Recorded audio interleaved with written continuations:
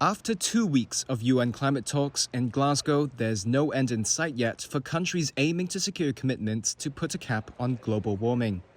Delegates and their teams are bracing for more meetings on Saturday. That's when COP26 President Alok Sharma expects them to reach a deal.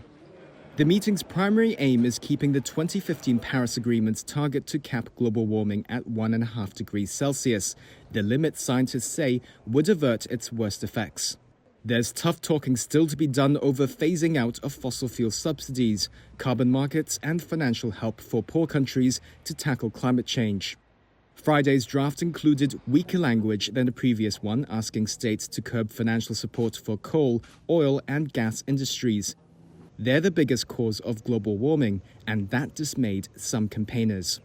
Washington's envoy John Kerry was asked on Friday if he agreed that COP26 was, quote, a celebration of business as usual, a criticism climate activist Greta Thunberg levied at the summit. Obviously, I don't agree, and I think you'll see that when you see what happens.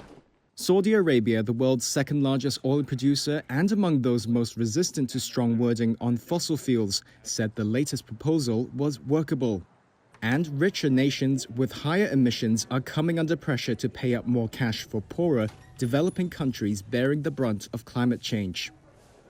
The final deal will need unanimous consent from nearly 200 nations that signed the Paris Accord.